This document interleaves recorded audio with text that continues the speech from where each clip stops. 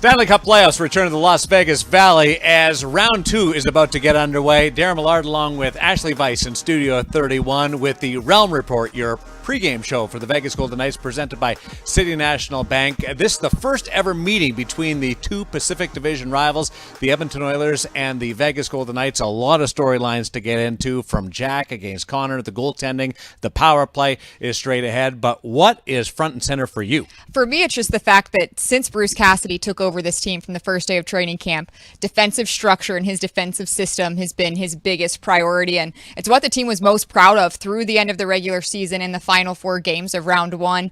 They've shown that they have the scoring depth as well, but now you pit that defensive structure against the best offense in the National Hockey League. There's been a lot of waiting around. The Golden Knights have been waiting 6 days. The Oilers have been waiting 4. I think it's clear that everyone's ready to stop talking and get to business. But gotta say, I'm happy to be here talking with you until the puck drops, Dan. Well, the Oilers have been on this amazing journey through the regular season and the end, not giving up an inch. And Vegas had to be so incredible to hold them off down the stretch. And now they get together at the Fortress tonight for game number 1. We'll drop the puck just after 6:30. Remember Tropicana, that issue, and Frank Sinatra being down to one lane. So get there early, stay late, and have some fun in and around the opener of this second round series. Game 2, after being originally scheduled for Friday, has been pushed back to Saturday afternoon just after 4 o'clock before the series hits a rhythm going every second day. Here's Bruce Cassidy, his thoughts after today's morning skate. Well, the mood's good. I mean, their guys advanced, right? Most teams, you come out of the first round, everybody's excited. All 16 teams that made it, and not healthy, but feeling good. And now you go through the playoff attrition, so to speak. And we came through the first round okay, so we're good in that regard. And yeah, you kind of sit around and wait. Now you want to play. I mean, that's what you're here for. Get out there and get playing. There's enough talking and enough meetings with the damn coaches about this video and this system and that. They just want to play hockey now. And I think that sorts itself out as you go along, some of those adjustments. We feel there's a way we can play and be successful, and so do they. And usually that kind of curves and bends a little bit along the way, and that's the beauty of the playoffs. So yeah, that's how our mood is right now.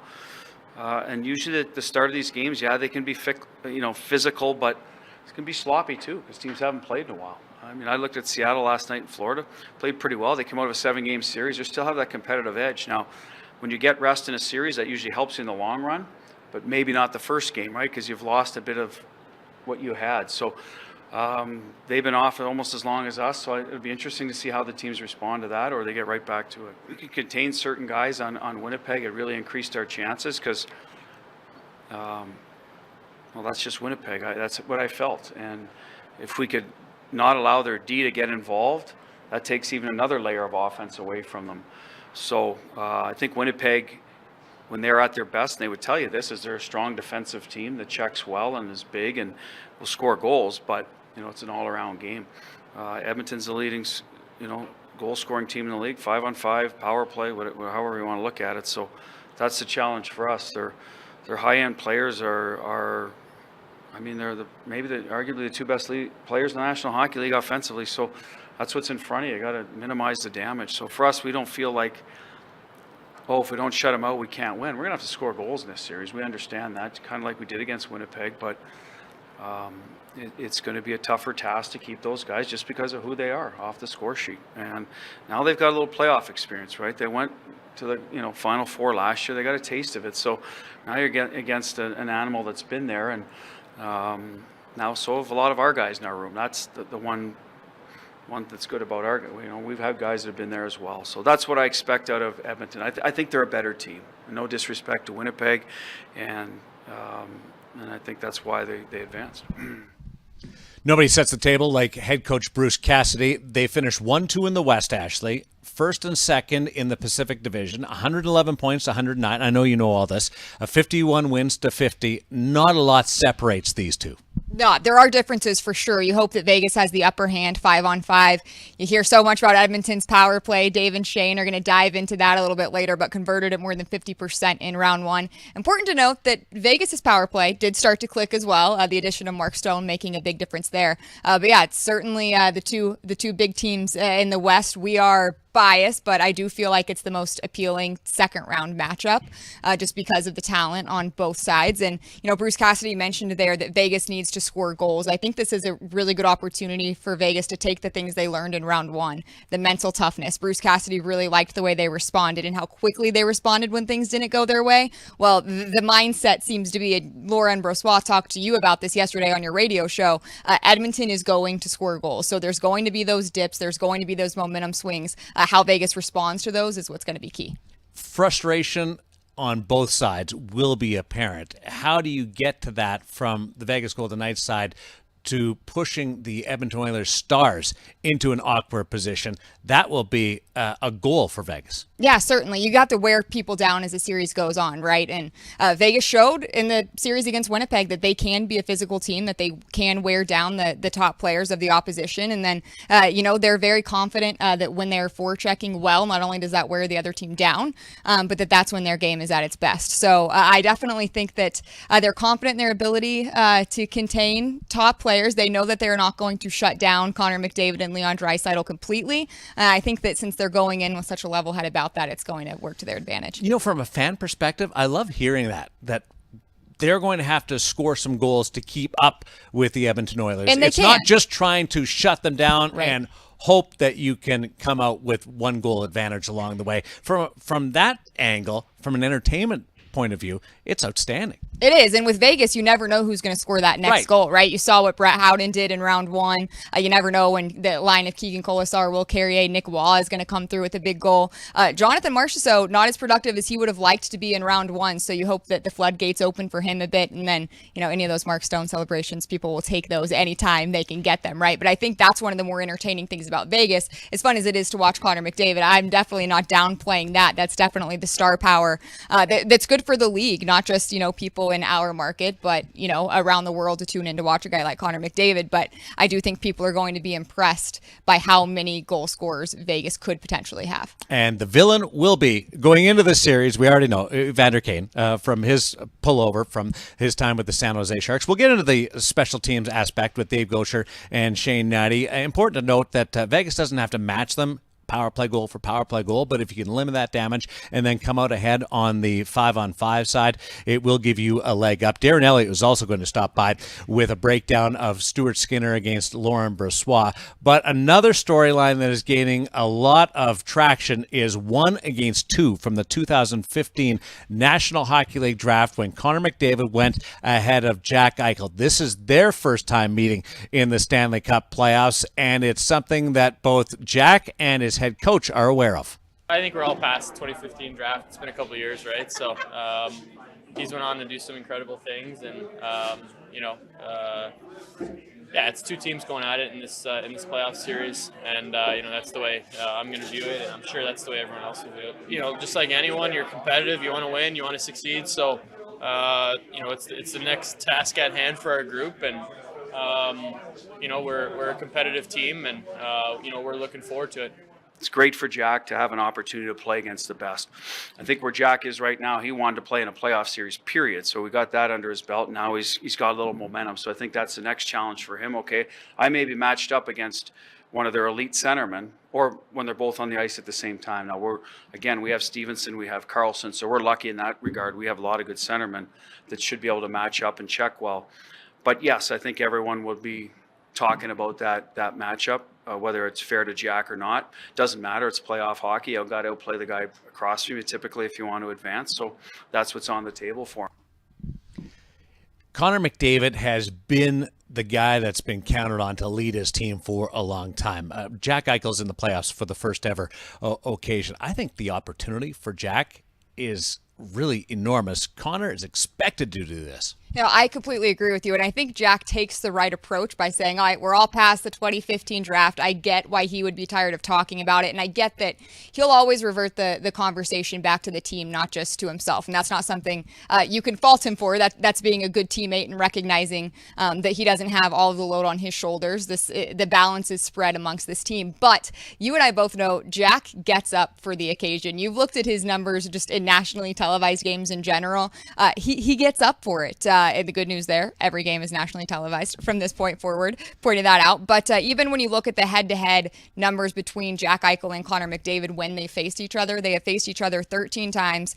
They each have 15 points total in those 13 matchups. And Jack actually has more goals. He has 6 goals and McDavid has 4. So, Bruce made the comment that it's not fair to Jack to compare the two all the time. And, maybe that's true. You're not trying to say that you expect Jack to come out and be Connor McDavid, but he has shown that he does get up for the challenge on an individual level. It sounded like a subtle challenge to Jack from the head coach, didn't it? I think so.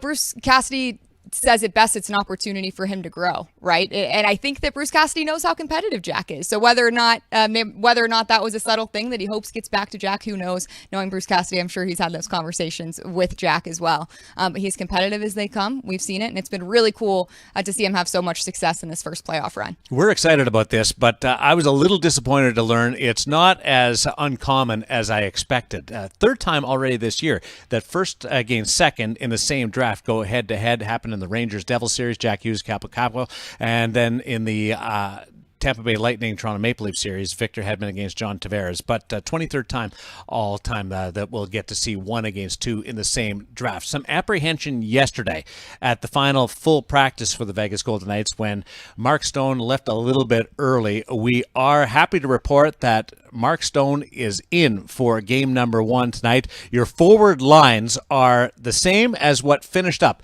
against the Winnipeg Jets. So it's Eichel, Karlsson, Stevenson, Waugh down the middle. Will Carrier back in, and Mark Stone will play on the right wing of Chandler and Brad Howden. That line had an outstanding series against the Winnipeg Jets. Real positive news on the blue line as well as Shea Theodore and Braden McNabb return after missing the closeout game against the Winnipeg Jets. And when they have their starting 6, they're really good. There's a lot to like about this group, which is a different look than what the Edmonton Oilers saw at times during the 4 games during the regular season. It is. The 4 games during the regular season, Vegas went 1-2-1 in that season series. But in 3 of those 4 games, Mark Stone was not in the lineup. And in 2 of the 4, they did not have all 6 of their starting 6 together. And you mentioned how much better the numbers are when those 6 are together. For reference, it's about a 74% win percentage when all 6 of them are together. When it's any other combination, it's about 60, which is still good. That speaks to the team's depth.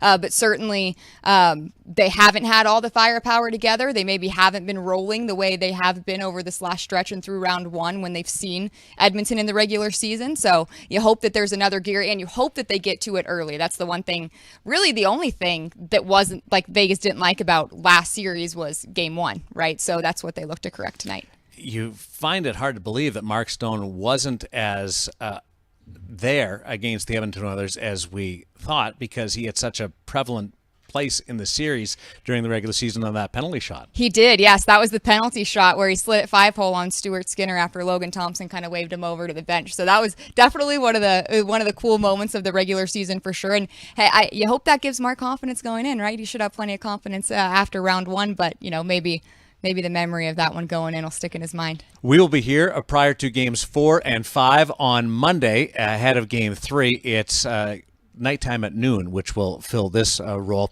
getting you set for the Vegas Golden Knights and the Edmonton Oilers during the second round series, making sure that you are apprised of everything. And also just slipped a note that there's tickets available because of some givebacks from the national networks, the Edmonton Oilers, and some sponsors on the national level. There's an opportunity to be at the game tonight. There is, and why wouldn't you want to be? This series, like I said, it is the most appealing series in round 2. At least that's what I say. It's VGK.io/playoffs-TIX. Again, that's VGK.io/playoffs-TIX. That's good. You can tweet that out. I can do that. That's a good call. Yeah. At Ashley Weiss. Plug. And if you want to keep up to date as well, VGK Today, our daily podcast, is up and rolling. Awesome to hear from all the broadcasters throughout. You've had a dominant role in that side of things, and that's been fun to see everybody putting their different spin on it as we go through this run of the Stanley Cup playoffs. It has been fun. It's a different broadcaster every day hosting along our social media content team hosted good one as well. You can go back and take a listen to that as well. And whoever has the most streamed or downloaded episode is going to get a prize at the end. So it is a competition amongst us broadcasters. So that is how you listeners know that you are getting our best. So please listen and download mine. Do you have an early report card at all as to the standings of those downloads? I don't, but if I did, you do. I do. Yes. Congratulations. You're in the top 3. There we go. Yeah, let's keep it trailing going, me, though. people. Keep it going. That's good. I'm in front. Ashley's in the top 3. Dave Gosher is in the mix as well. Listen every day on VGK Today. Speaking of Dave Gosher, he's coming up with Shane Knighty on the power play and special teams presence in this series between the Vegas Golden Knights and the Edmonton Oilers. Stay with us.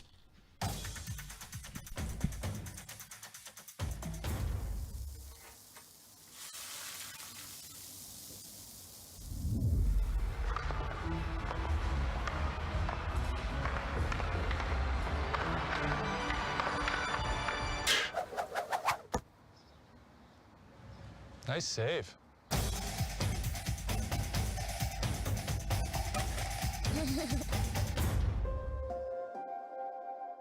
The greatest honor of being the defender of the ice is the opportunity to serve as a defender in the community. By joining forces with comprehensive cancer centers in the crusade against cancer, we can defend the health of so many in our community through cancer awareness, early detection, advanced treatments, and groundbreaking research. Together, we'll fight on all fronts for a future without cancer.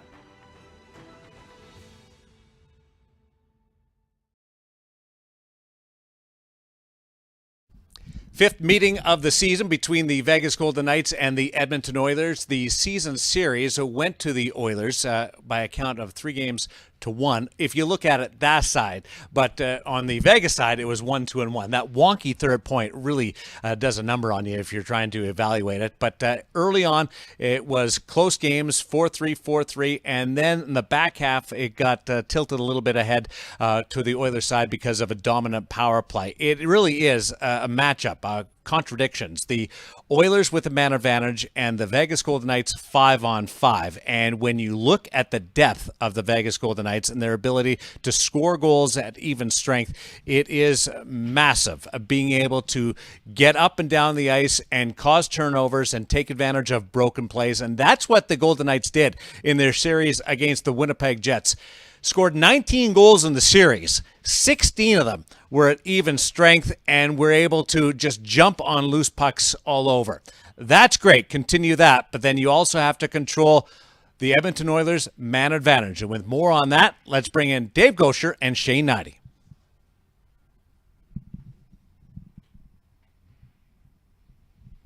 All right, Mallard, thanks very much. So a huge part of this series, Shane, obviously is going to be special teams.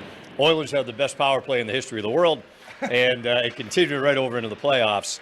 As you kind of look at this series and how the Golden Knights can combat that, what sorts of things are you looking for?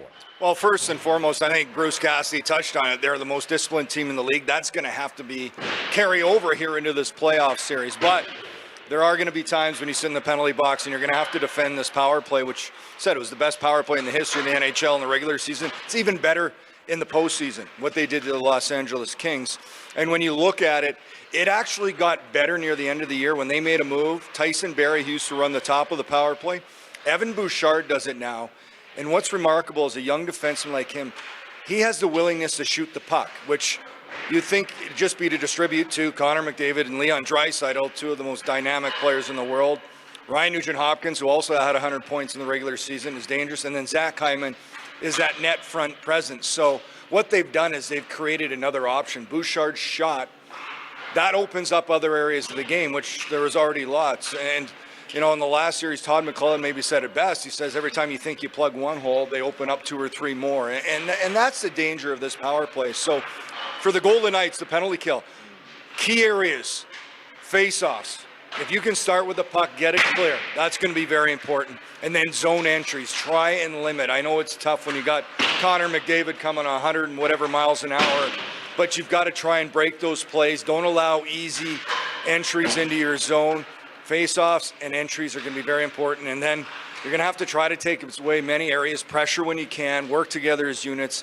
It's not an easy task, but it's certainly one, and it's a challenge. I think players are always up for a challenge at this point. So the Golden Knights, I'm sure the coaching staff has looked at tons of film. They're going to give them the best things forward.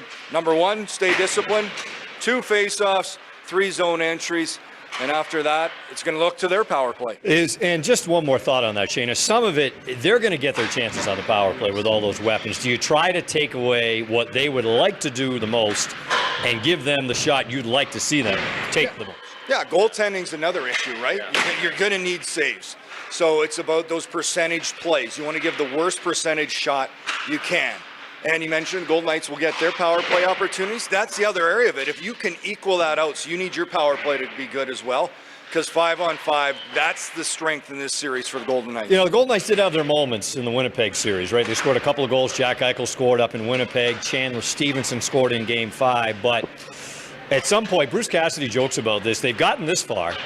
The power play's kind of been a factor, but there's no time like the present if they could ramp that up and try to negate what's obviously a great power play for the Oilers. And I think their power play gained confidence. When you look at it against Winnipeg, they shot the puck and they got rewarded. So when you start getting rewarded by doing those simple things, that shot mentality that they've preached all year long, you're like, okay, maybe we just simplify things and carry a bit of that power play confidence over into this series. And it's another area. The penalty killing for the Oilers wasn't great in round 1, so hopefully that can continue. The Golden Knights can try and first of all, be good on the penalty kill, not take penalties, and then if they get power play opportunities, take advantage of that here. Coaches are smart. Bruce Cassidy, I love how he's thrown this out each of the first 2 days leading into this series. You mentioned it. They were the least penalized team in the league. That, just to kind of get that narrative out there a little bit. It's a team that plays with a lot of discipline. Is there a fine line between playing aggressive and playing with all the energy in that building, but yet not running out of position and not putting yourself in a position where you're going to kill penalties? You can't take the physicality out of their game. I think that's going to be another key area for the Golden Knights, and that's on the forecheck. So that's about initiating, not retaliating, something they've been good at all year. All right, guys, so Game 1, we're ready for it. Fortress tonight between the Golden Knights and the Oilers. That's it for our part of the Realm Report, but Darren will have lots more after this.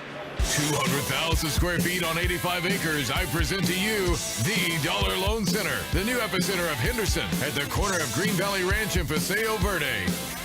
Home of the Silver Knights.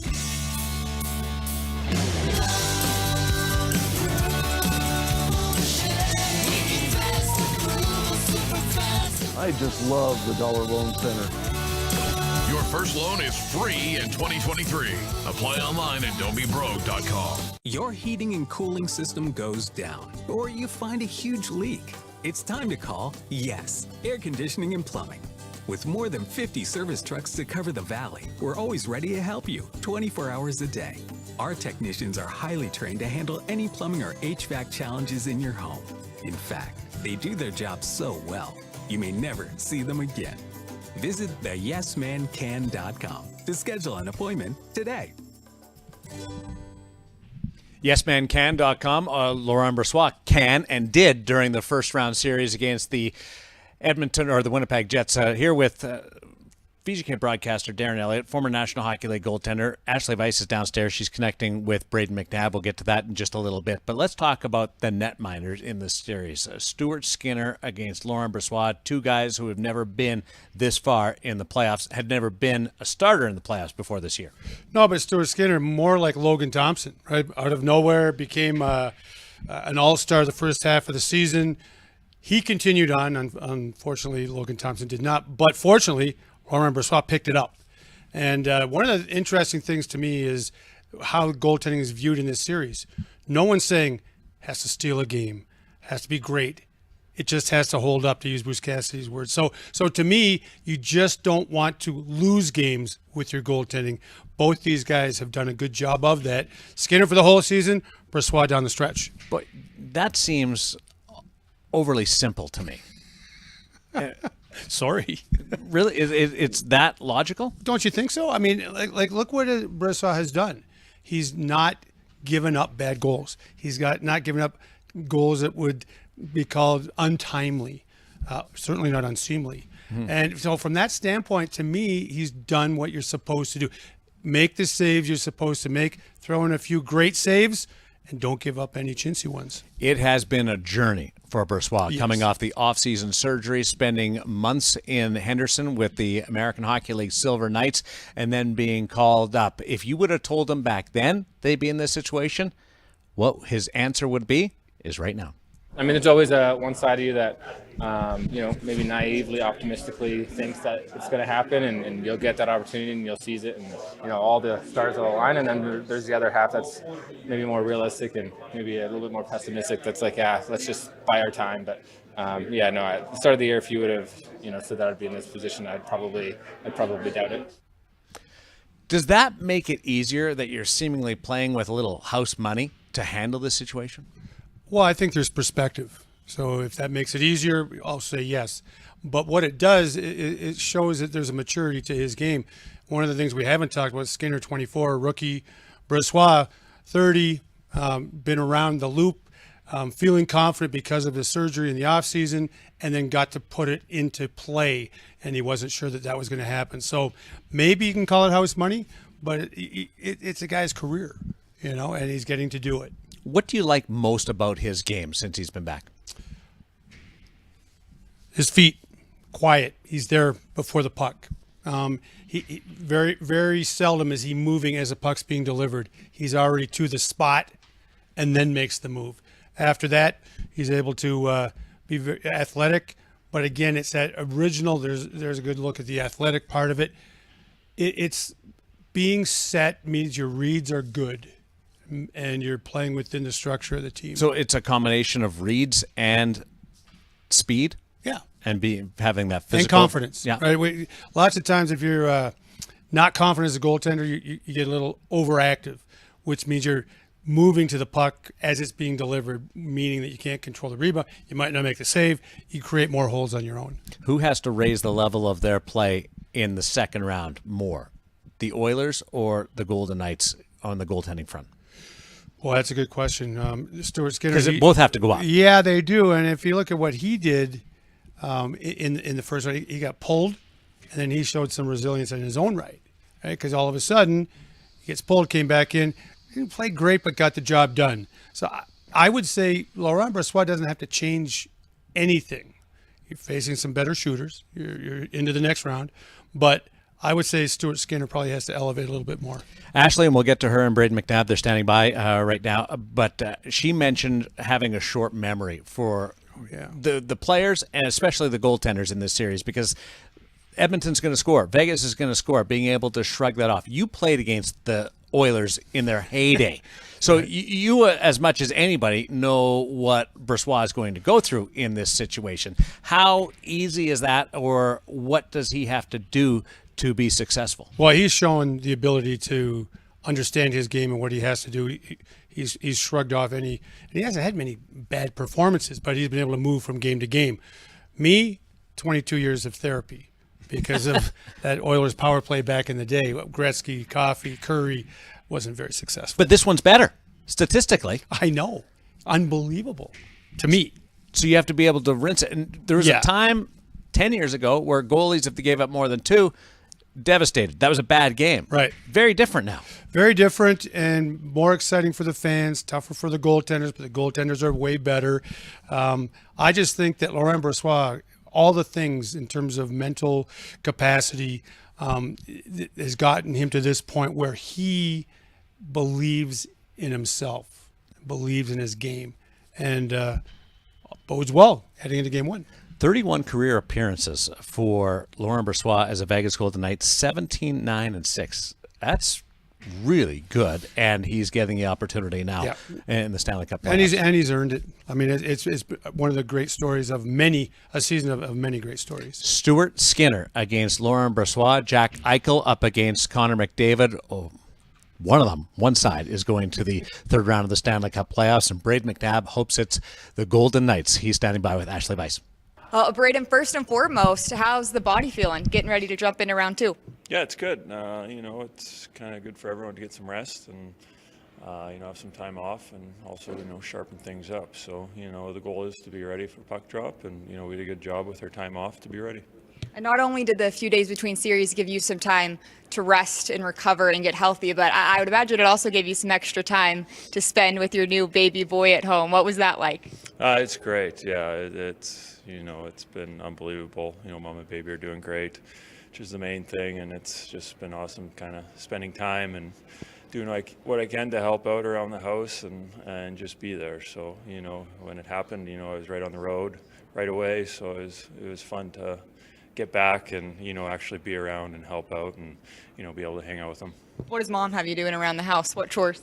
Well, nothing too crazy. Her mom's in town, which has been a huge help, and, she's doing a lot. And so, just help out however I can, clean stuff up if I need to, or, look after baby when she's sleeping, whatever it may be. So it's been fun, and, they're doing great. A few weeks now, what's been the most surprising thing about being a dad? It's just a lot of work on the girl, right? She's, you gain a lot of respect for what they got to go through, and it's a lot of feeding, a lot of diaper changes, and you don't really realize it until you have one of your own. And he gets to see Dad, Game 1, Round 2 tonight. You talk about being disciplined when it comes to facing the Oilers, but what makes that difficult?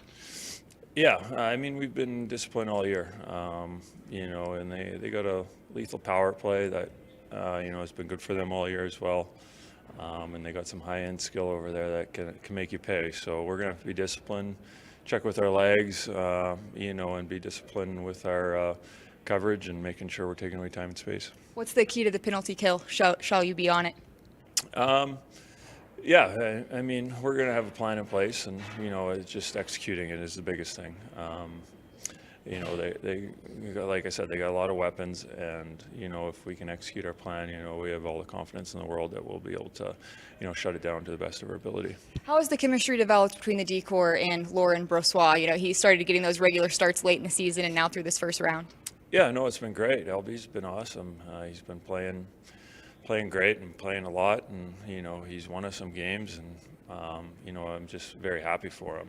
He's worked hard. He's had injuries last year, and he's healthy, and he went through some adversity this year, and he's came back stronger. So just overall, really happy for him. And as a group, we understand his tendencies, and the chemistry's been good.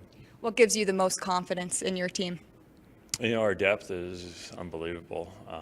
It doesn't really matter. We have 4 lines that you can throw out, and who can play great D and score. And I love our defense. We know we got some bigger guys. We got some guys who get up in the rush and score and whatnot. And our goaltending's been great. So just overall, our depth as a team is very good. Well, good luck tonight, Braden. Welcome back. Thank you. Lakin getting to watch this one. A lot of fun on the McNabb household. This is a series that pits the depth against the stars. I feel a little bit like Vegas isn't getting its due because of all the offensive talent that they have spread out through their lineup. Well, there's that whenever you're going up against 2 of the best players in the game. But I have to say on the other side, too, the Oilers are pretty well built. We only talk about the star players. They're deeper than you think, and they can get depth scoring as well. But it's, of course, when they get behind, they turn quickly to their top 2 guys. So the more you can contain them, the better are your chances. It's one of those, be careful what you wish for. You want an early lead, but when you get an early lead, you're going to see more of those guys. Exactly. So keeping it close, not that you ever manage that. Do you have a thought going into game number 1? I think they defend the fortress. I think both visiting teams won last night. Home team's going to win here at the Fortress. I got 5-3 for some reason rattling around in my brain.